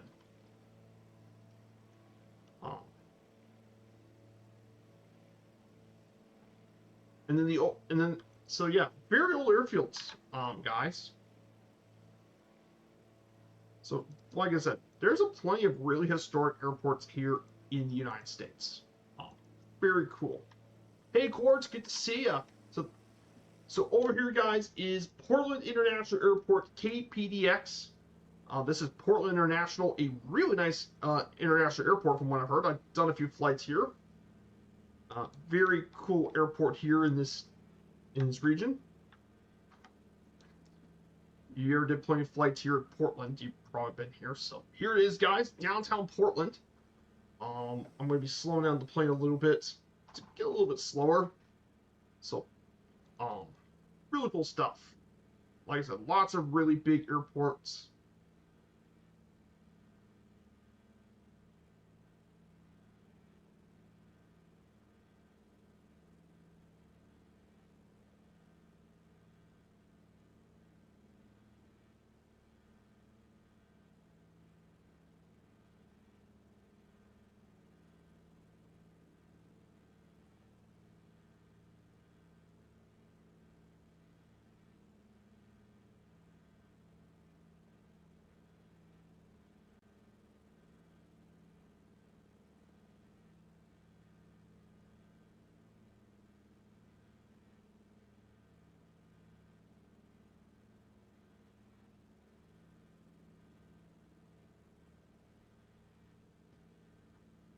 So, very cool stuff, guys. Really do free. It is looking good. Yep, Portland, very neat city. You love it. You see to have the sim dialed in. Yep, my sim's been running pretty smooth, Court, for quite a long time. I keep medium settings. I don't really need the super high settings. I rather have a smooth flight sim than having the graphics. I rather have, but I don't want super fast frame rates. I want to have a balance. So I go medium settings. So it can still look good and still run smoothly, which is probably the important part. So we're going to go ahead and move the heading a little bit. So this is downtown Portland, guys.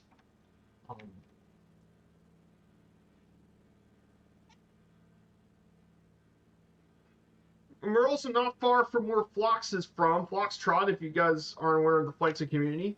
A really good friend of flight sim. Foxtrot, a great friend of one of my closest friends on the flight sim community. He doesn't live far from this area. So, yeah. So this is Portland, guys. And we should be flying over Providence Park very shortly.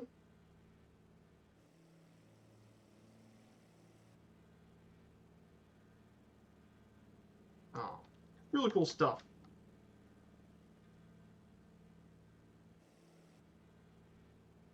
So the arena down below us is the Moda Center. This is the home of the Trailblazers. The NBA team plays here. So there it is, the Moda Center. We're going to go ahead and turn.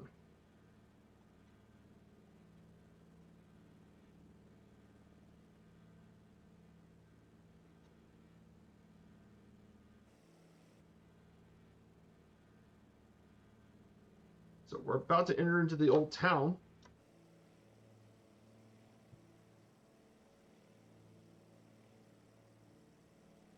And there's the soccer ground here, Providence Park, the oldest soccer-specific ground in the United States, dating back to 1926. It's been around in many iterations since 1893. And of course, home of the Timbers and the Thorns play here. And the site of our match tomorrow. So, big time steam, of course. We're going to go ahead and turn left. So I'll turn left.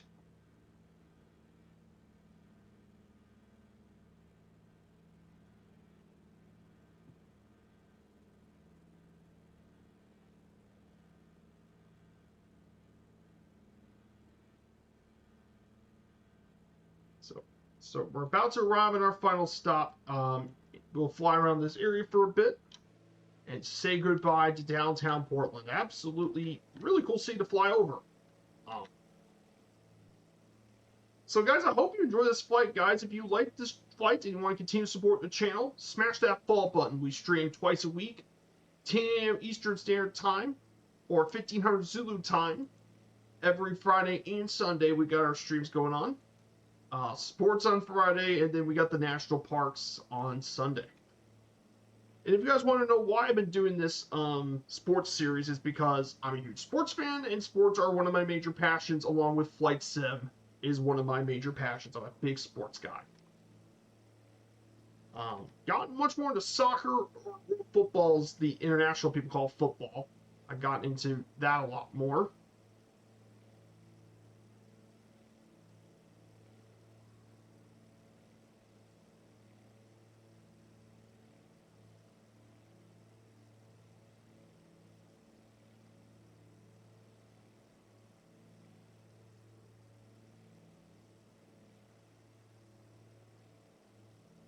So got more into that, of course. So, but yeah, we're gonna be very excited for this. So if you guys want to know our next game day flight, it's gonna be in Japan. We're gonna be in the land of the rising sun, in Japan. So we're gonna go ahead and turn off the autopilot. We're gonna get ready to land here in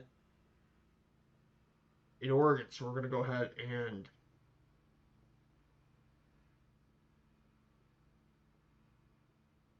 so we're going to fall along the river here. We're going to be fall along our river.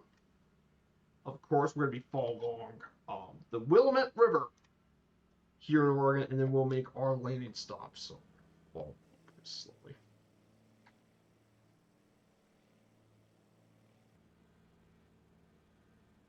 Yeah.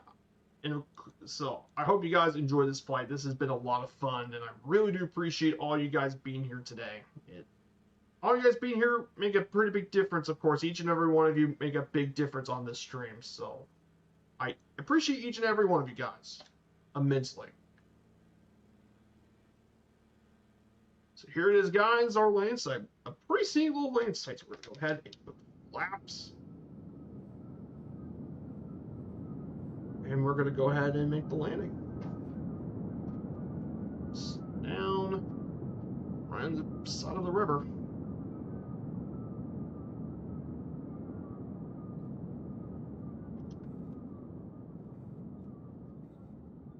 What an absolutely gorgeous land site here.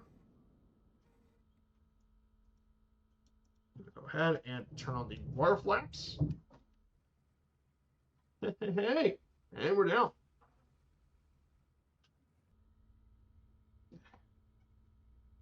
And there's Spring Park Natural Area. This is Wiley's little seaplane base.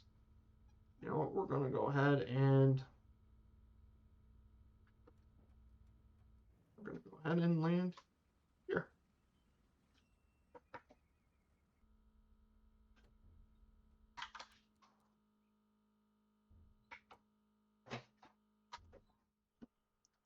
Wow, guys. And can you imagine a more scenic lane like this? So that's it, everyone. And that wraps up today's flight in Oregon. What an absolutely gorgeous flight here today. So I really enjoyed this flight immensely.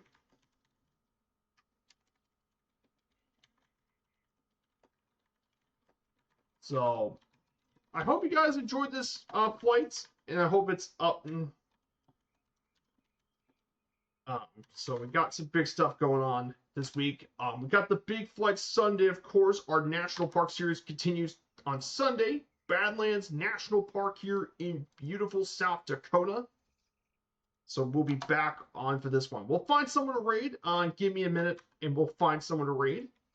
I hope you, and thanks again, Woolies, for sending your viewers here today. I might want to raid someone a bit different. I want to see who we might want to raid.